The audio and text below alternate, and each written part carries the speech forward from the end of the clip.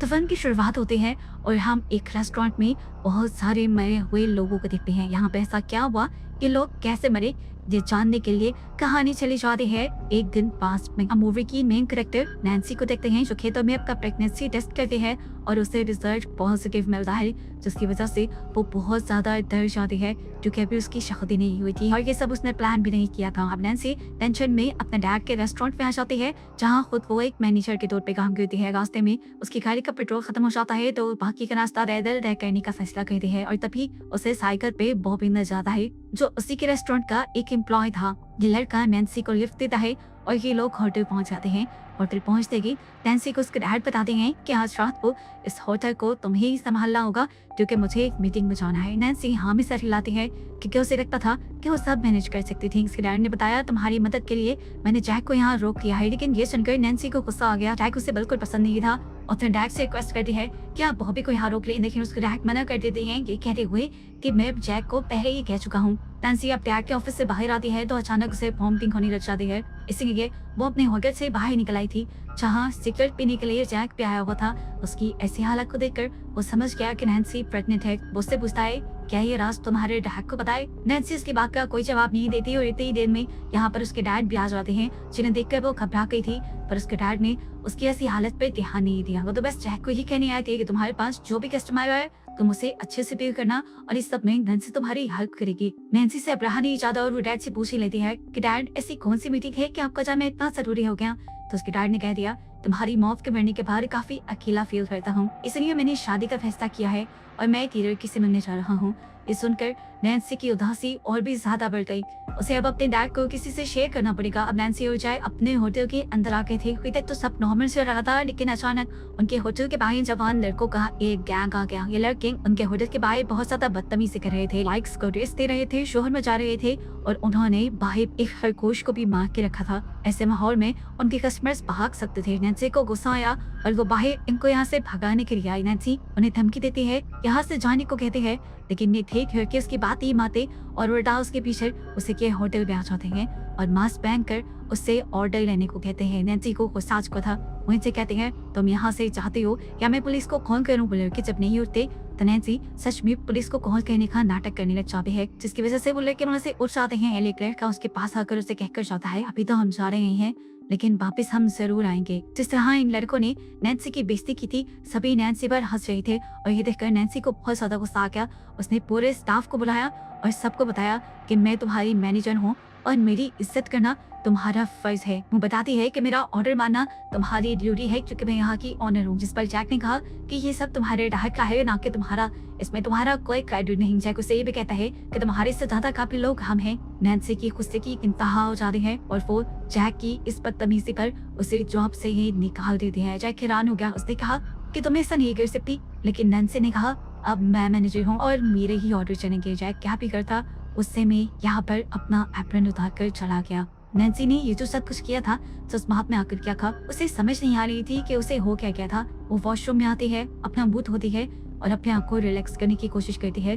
तभी हम देखते हैं कि वॉशरूम के बाहर बॉबी उसका इंतजार कर रहा था। वो उससे कह पाए मैं तुम्हारी मदद के लिए आज रात रुक सकता हूँ, तुमने जैक को तो निकाल दिया है, रात में तुम्हारा अकेले यहाँ रुकना ठीक नहीं।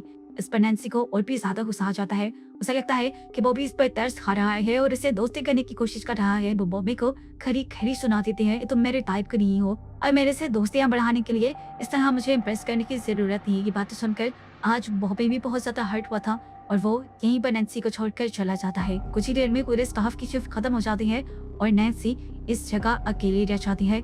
उसे पूरी रात अकेले शिफ्ट करनी थी। नैन्सी पहले यहाँ की सफाई करती है और उसके बाद कस्टमर ना आने पर अपने डैड से कॉल पे बात करने लग जाती है। कॉल पर उसने अपने डैड को बताया कि वो जैक को फायर कर चुकी है। उसके डैड भी हैरान हो जाते हैं। नैन्सी उससे कहती है वो मेरी बिल्कुल रिस्पेक्ट नहीं कर रहा था और उसने सबके सामने मेरी बेइज्जती की, मैं क्या करती। अब उसके डैड परेशान हो गए थे क्योंकि नैन्सी पूरी रात अकेले रहने वाली थी। वो उससे पूरी रात अलर्ट रहने को कहते हैं और कोई भी प्रॉब्लम होने पर उन्हें कॉल करने को कहते हैं। नैन्सी को तो कोई डर नहीं था। उसने म्यूजिक प्ले किया और एंजॉय करते हुए यहाँ पर दोबारा काम करना शुरू कर दिया, लेकिन ये एंजॉयमेंट तब तक ही था जब तक उसने अपने होटल के बाहर उसी गैंग को नहीं देखा जो आज दोपहर में आया था। उन्हें देखकर वो गुस्से में आ गई और उसने स्पीकर में उनसे कहा कि तुम लोग यहाँ से चले जाओ, अगर नहीं गए तो मैं पुलिस को बुला लूंगी। ये बात कहते ही वो नोटिस करते हैं कि उसके होटल के सारे दरवाजे और खिड़कियां खुले हुए थे। पुलिस को आने में यहाँ देर भी लग सकती थी और अगर ये लोग उसे नुकसान पहुंचाने लग गए तो ज्यादा टाइम नहीं लगेगा। यही सोच आते ही उसने सारे खिड़कियां दरवाजे बंद करना शुरू कर दिया। ये सब बंद करने के बाद वो जल्दी से पुलिस को कॉल करती है और बताती है कि बाहर बाइकर्स का एक गैंग है जो मुझे यहाँ तंग कर रहा है। पुलिस वाले उसकी मदद के लिए एक इंस्पेक्टर भेजने की बात करते हैं। गुंडते ही उसे अपने होटल की चारों तरफ से जोर जोर से दरवाजा बचाने की आवाज आने लगी थी। वो डर गई थी। वो एक काउंटर के नीचे छुप गई। काफी देर नॉक होने के बाद अचानक से वो नॉक होना बंद हो गई। नैन्सी को कुछ सुकून मिला और एकदम से दोबारा उसके दरवाजे पे किसी ने नॉक किया। वो डर गई। चुपके से उसने काउंटर से उठ के बाहर देखा तो बाहर शेरिफ यानी पुलिस ऑफिसर आए थे, जिसके लिए जाकर उसे फौरन से दरवाजा खोल दिया। यहाँ पर आते कि ऑफिसर उसे कहते हैं कि मुझे इस जगह की पूरी जांच करनी होगी। वो इस जगह की तलाशी अच्छी तरह लेते हैं, लेकिन नैन्सी के अलावा उन्हें यहाँ पर कोई नहीं मिलता। यहाँ पर तो दूर उन्हें होटल के बाहर भी कोई नहीं नजर आता। इस जगह को चेक करने के बाद वो पुलिस में रिपोर्ट करता है कि उसे तो यहाँ पर कोई खतरा नहीं नजर आया। हो सकता है कि ये लड़की का वहम हो और उसका डर दूर करने के लिए वो कुछ देर के लिए यहाँ लड़की के साथ रुक रहा है। इसके बाद वो नैन्सी से अकेले लिए कॉफी बनाने को कहता है और वही बैठ जाता है।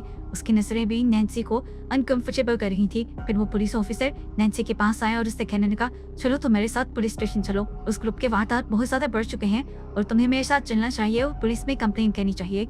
अभी वो उसे घसीटते हुए साथ देखे ही जा रहा था कि एकदम से पीछे से उसी गैंग के लड़कों ने आकर शेरिफ के ऊपर हमला कर दिया और कुछ देर में उसे जान से मार दिया। नैन्सी ये देखकर बुरी तरह घबरा गई। अपनी जान बचाने के लिए वो गिराज में जाकर छुप गई थी। वो बहुत ज्यादा डर चुकी थी।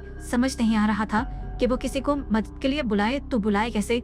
लेकिन तभी उसकी किस्मत चाह चाहती है कि वो भी पहले ही उसके एहसास में यहाँ आ रहा था। उसे देखकर नैन्सी को काफी हौसला होता है और वो जल्दी से बॉबी को खामोश करवाते हुए होटल के अंदर ले आती है। और यहाँ हम देखते हैं कि वो ग्रुप के लड़के भी अब इस होटल के अंदर आ चुके हैं। यहाँ पर नैन्सी ने अपने दोस्त को भी मैसेज कर दिया था कि वो उसकी मदद के लिए किसी को बुला ले या वो खुद यहाँ पर आ जाए।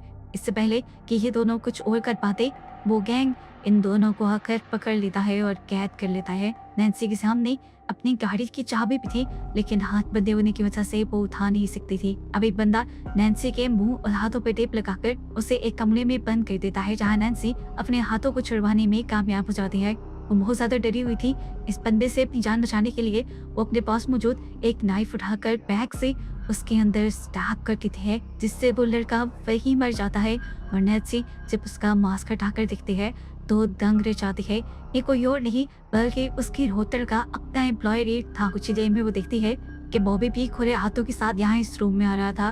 वो समझ गई कि बॉबी भी इन्हीं लोगों के साथ मिला हुआ है और ये लोग इस टाइम पहले वाला गैंग नहीं है, बल्कि उसके होटल में काम करने वाले ही लोग हैं जो उससे बदला लेने के लिए इस टाइम यहाँ आए हैं। बॉबी जो उसका दोस्त था वो भी इन लोगों के साथ मिल गया था, क्योंकि आज उसने बॉबी की भी बेइज्जती की थी। अब ये लोग यहाँ कर रहे थे ये जानने के लिए सीन्स फ्लैशबैक में चले जाते हैं और हमें जैक को दिखाया जाता है, जो अपने नौकरी जाने की वजह से बहुत ज्यादा गुस्से में था। वो किसी भी सूरत में अपना नैन्सी से बदला लेना चाहता था। वो सारे क्लेस को घर ड्रॉप करता है, जिसके बाद वो मीट को लेकर उन यंगस्टर्स के ग्रुप के पास चला जाता है जो हर दोपहर में उनके होटल के बाहर आए थे। यहाँ जाते ही उसने अपना एक चाकू निकाला और गैंग के एक बंदे को जख्मी कर दिया, जिससे वो गैंग वाले यंगस्टर्स डर गए। फिर जैक ने गाना चलाया और इन सबको अपने इशारों पे नचाया, जिसके बाद उसने पीठ को गन पकड़ाई और यहाँ के लड़कों को मारने को कहा, लेकिन पीठ ये काम नहीं कर पाया। लड़कों को भागने का मौका मिल गया, जिसके बाद जैक ने पीठ से शाम को रेस्टोरेंट में मिलने को कहा। लड़कों के यहाँ से भाग जाने के बाद वो लड़कों के मास्क और कपड़े लेकर यहाँ से निकल आता है और रात में अपने बाकी कलीग से मिलता है। वो इन सबसे कहता है, मैं चाहता हूँ नैन्सी ने तुम सबको हर्ट किया है। वो बहुत बुरी मैनेजर है। अगर तुम उससे बदला लेना चाहो तो मेरा साथ दे सकते हो। सभी के अंदर नैन्सी के लिए गुस्सा था, तो सभी उसका साथ देने के लिए मान गए।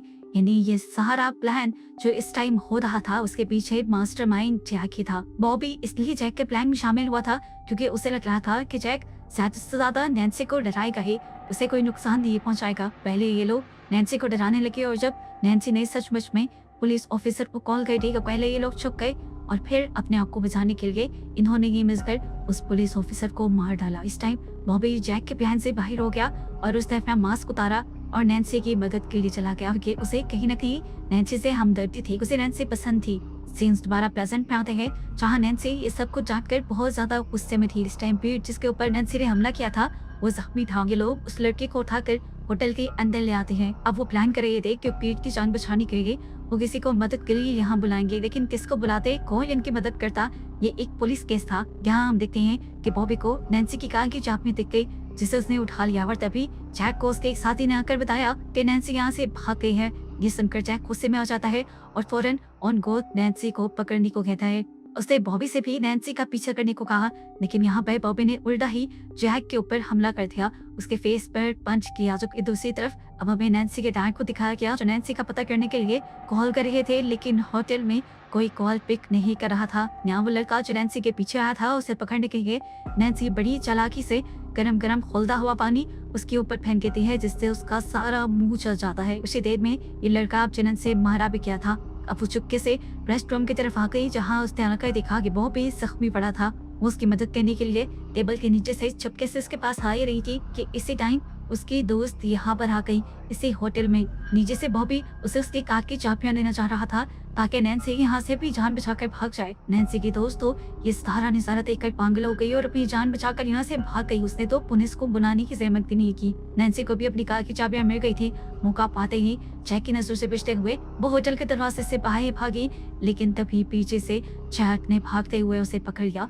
वो उसके बालों से उसे पकड़ते हुए पीछे से उसकी बैग में स्टैक कर देता है और फिर उसकी बॉडी को भी होटल के अंदर ले आता है। रैको लग रहा था कि अब सब लोग मर गए और वही जिंदा है।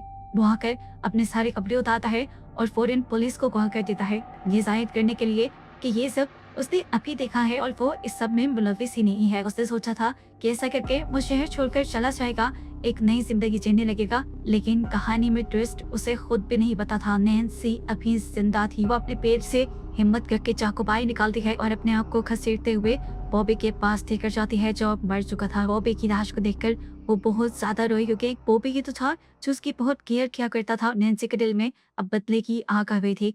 उसने हिम्मत की और जाकर अपनी गाड़ी में बैठ गई। वो ड्राइव करते हुए हर जैक के घर से जैक का दरवाजा नॉक किया। इस टाइम जैक को किसी के अपने घर आने की उम्मीद नहीं थी। उसने दरवाजा खोल के देखा तो वहाँ नैन्सी थी और नैन्सी ने बिना वक्त ज़ाया किए अपने हाथ में पकड़ा हुआ चाकू उसके गर्दन में स्टैब करते हुए उसे मार डाला और अपना पतला ले लिया। उसके जिस्म में अब खुद हिम्मत बहुत कम रह गई थी। वो अपने हाथ को घसीटते हुए 2-4 कदम ही आगे लेकर गई और वहीं फिर कर गई। इस टाइम उसे अपनी मॉम याद आ रही थी। अचानक उसके करीब एक कार रुकती है, जिसमें से उसके डैड उसके पास आते हैं। इन्होंने करीब ही नैन्सी की कार देखी थी, इसलिए वो यहाँ आए थे। अपनी बेटे की ऐसी हालत देखकर वो परेशान हो जाते हैं और उसे कहती हैं, हिम्मत करो, मैं तुम्हें डॉक्टर के पास ले जाऊंगा, तुम्हें कुछ नहीं होगा। लेकिन नैन्सी यहाँ उन्हें रिलैक्स कहती है और उन्हें सच्चाई बताती है कि मैं प्रेग्नेंट हूँ। और बस यही बताते हुए ये कहानी यहाँ खत्म हो जाती है।